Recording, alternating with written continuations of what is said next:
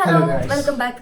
അപ്പം ഞങ്ങൾ ഇന്ന് വന്നത് കുറേ ദിവസത്തിന് ശേഷം ഒരു വീഡിയോ ഉണ്ട്. പക്ഷെ ഇന്ന് മെയിനായിട്ട് വരാൻ കാരണം എന്താ വെച്ചാൽ ഇന്നത്തെ ഒരു നമുക്ക് പറ്റിയ വലിയൊരു ബെസ്റ്റ് ആയിട്ടുള്ളൊരു എക്സ്പീരിയൻസ് നിങ്ങളോട് കൂടെ ഷെയർ ചെയ്യാൻ വേണ്ടിയിട്ടാണ്. അത് ഈ നോമ്പിന് ഞങ്ങൾ പോയി പെട്ട വലിയൊരു പെടല്. അത് വല്ലാത്തൊരു പെടലായിപ്പോയി. ഈ ഒരു നോമ്പോറായ റമദാൻ ടൈമിൽ നമുക്ക് കിട്ടിയ ഒരു ബാഡ് എക്സ്പീരിയൻസ് അറ്റ്ലീസ്റ്റ് ഇനി അവിടെ വിസിറ്റ് ചെയ്യാൻ പോകുന്ന ആൾക്കാർക്ക് അങ്ങനെ അനുഭവം ഉണ്ടാവരുതെന്ന് വിചാരിച്ചിട്ടാണ് ഈ വീഡിയോ ചെയ്യുന്നത്.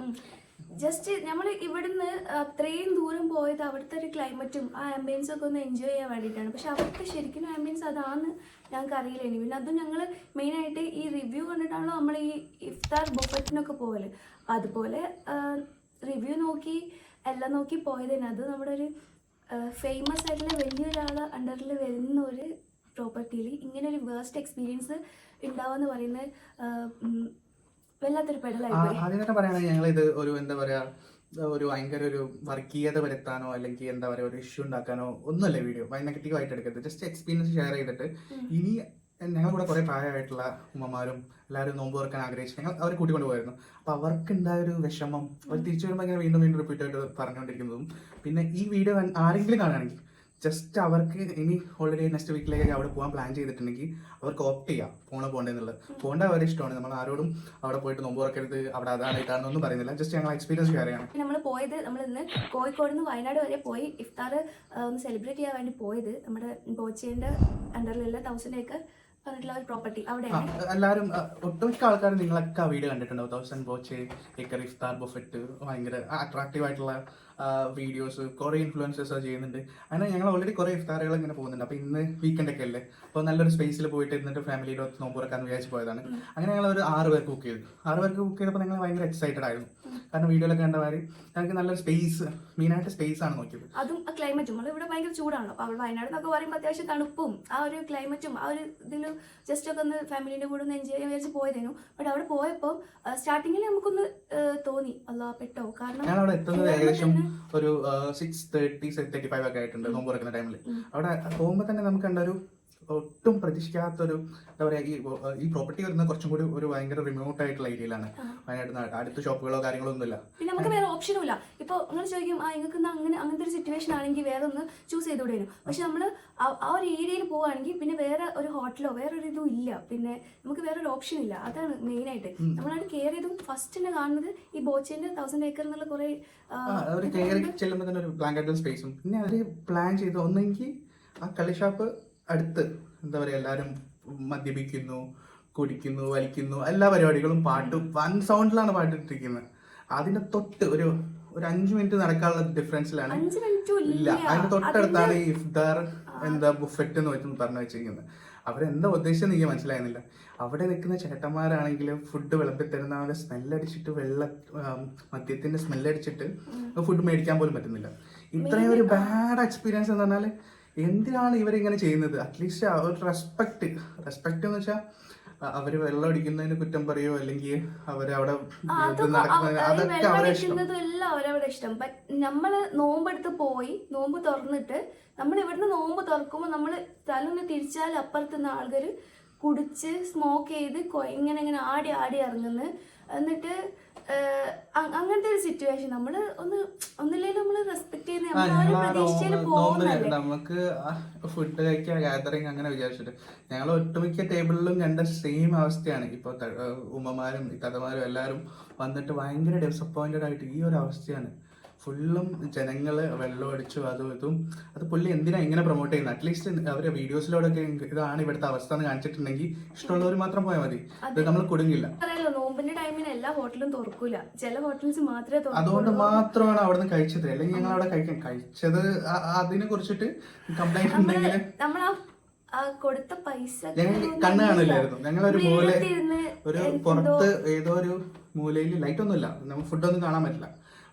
അവിടെ ഒരു ടേബിൾ ഇട്ട് വന്നിട്ട് ഇരുന്ന് കഴിച്ചോളാൻ പറഞ്ഞു. അതൊക്കെ ഓക്കെ, അത് ഞങ്ങൾക്ക് ഫുഡ് ഒരു പ്രശ്നമില്ല. അറ്റ്ലീസ്റ്റ് ഞങ്ങളെ ഇഫ്താർ ഞങ്ങൾ ക്യാഷ് കൊടുത്തിട്ട് ഞങ്ങൾ വെറുതെ അല്ല ഫ്രീ ആയിട്ടല്ല ഒരു പെർ ഹെഡ് 400 കൊടുത്തിട്ടാണ് പോകുന്നത്.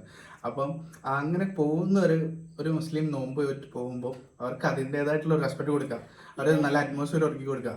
അല്ലെങ്കിൽ ഈ മദ്യവും എന്താ പറയുക സ്മോക്കിങ്ങും പാട്ടൊക്കെ അടിച്ച് പാട്ടിടുന്നതിന് ഒരു പ്രശ്നമില്ല, അത് അവരുടെ പ്രോപ്പർട്ടിയാണ്.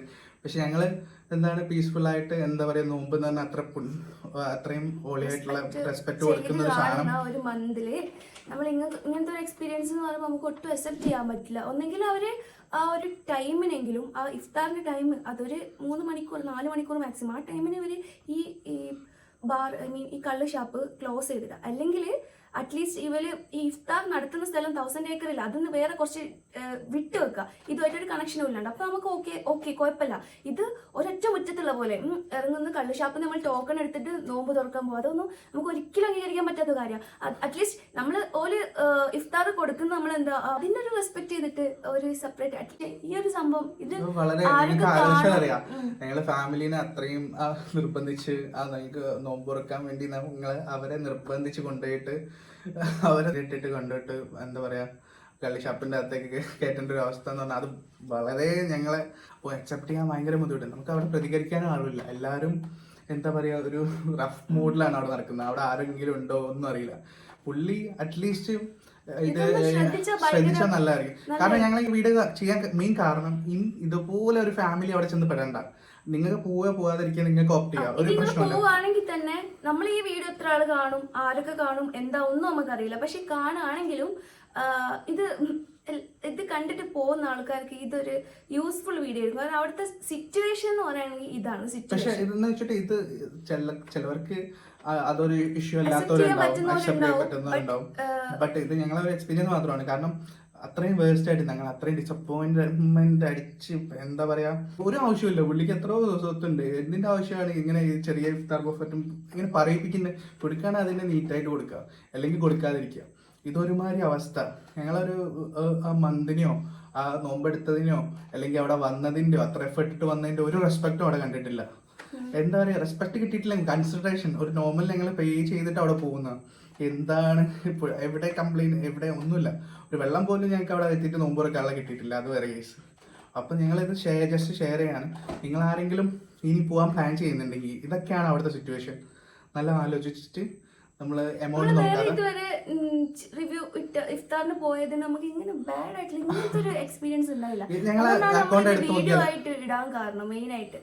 അപ്പം ഇതാണ് അവിടുത്തെ അവസ്ഥ. അപ്പൊ ഇനി ഇത് കണ്ടിട്ട് നിങ്ങൾ ഓക്കെയാണ്, അതിനെന്താ ഇറ്റ്സ് നോർമൽ അങ്ങനെ വിചാരിച്ച് പോവാണെങ്കിൽ ഓക്കെ ഫൈൻ, കുഴപ്പമില്ല.